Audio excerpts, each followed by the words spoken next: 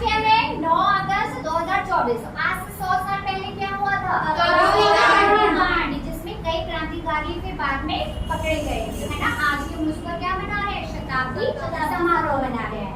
जितने भी क्रांतिकारी पकड़े गए थे उन सभी को क्या है? फांसी की सजा दे दी गई या फिर कुछ को मृत्युदंड दे दिया गया। लेकिन एक क्रांतिकारी ऐसे थे जिनको कभी अंग्रेजी सरकार पकड़ नहीं पाई। कौन थे वो? चंद्रशेखर आजाद। तो अब हम उनकी कहानी सुनेंगे, ठीक है? आप सभी सुनेंगे ना? बात उस समय की है जब चंद्रशेखर आजाद सिर्फ 15 वर्ष के थे और काशी की जिला मजिस्ट्रेट की अदालत में उनको जंजीरों से जकड़कर लाया जा रहा था। अदालत में मौजूद सभी लोग हैरान थे, आखिर इतनी कम उम्र के बालक को ऐसे क्यों लाया जा रहा है। थोड़ी देर में ही कार्यवाही शुरू हो जाती है। तुम्हारा नाम क्या है? आजाद। तुम्हारे पिता का नाम क्या है? स्वाधीनता। तुम्हारी माता का नाम क्या है? आजादी। तुम्हारा काम क्या है? भारत माँ को स्वतंत्र करने की साधना। ऐसे घूमते हुए उत्तर क्यों दे रहे हो? तुम्हें पता नहीं अदालत में ये मेरे उत्तर सही है। क्या तुमने इन सिपाहियों पर हमला किया था? हाँ, मैंने इन सिपाहियों पर हमला किया था क्योंकि वो सत्याग्रहियों को गोलों से मार रहे थे और पर गाली भी दे रहे थे। सिपाहियों, इन्हें 15 कोड़े मारकर छोड़ दो।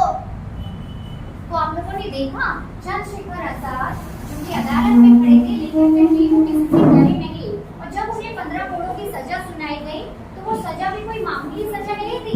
ब्रिटिश सरकार ने इसके लिए भी एक खूंखार कोड़े मारने वाले को बुला रखा था। देखते हैं उन्होंने ये सजा कैसे काटी। इनकलाब जिंदाबाद, भारत माता की जय।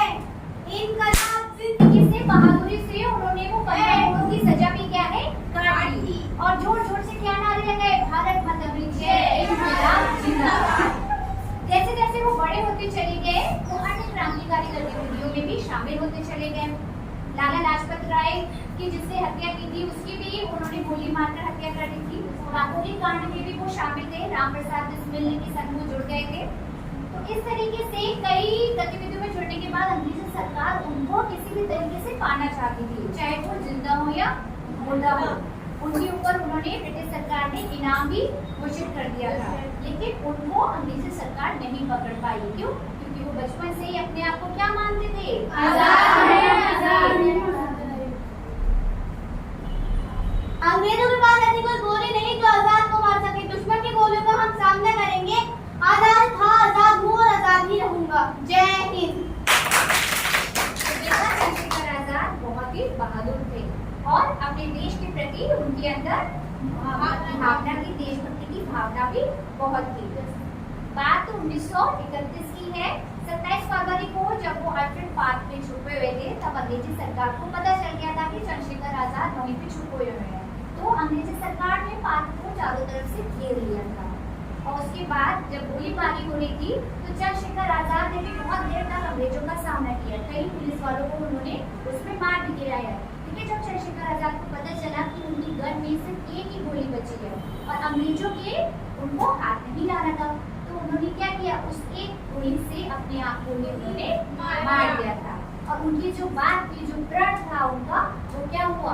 आजाद। उन्होंने सच करके दिखाया कि वो आजाद है, आजाद है, आजाद है। कैसी लगी कहानी?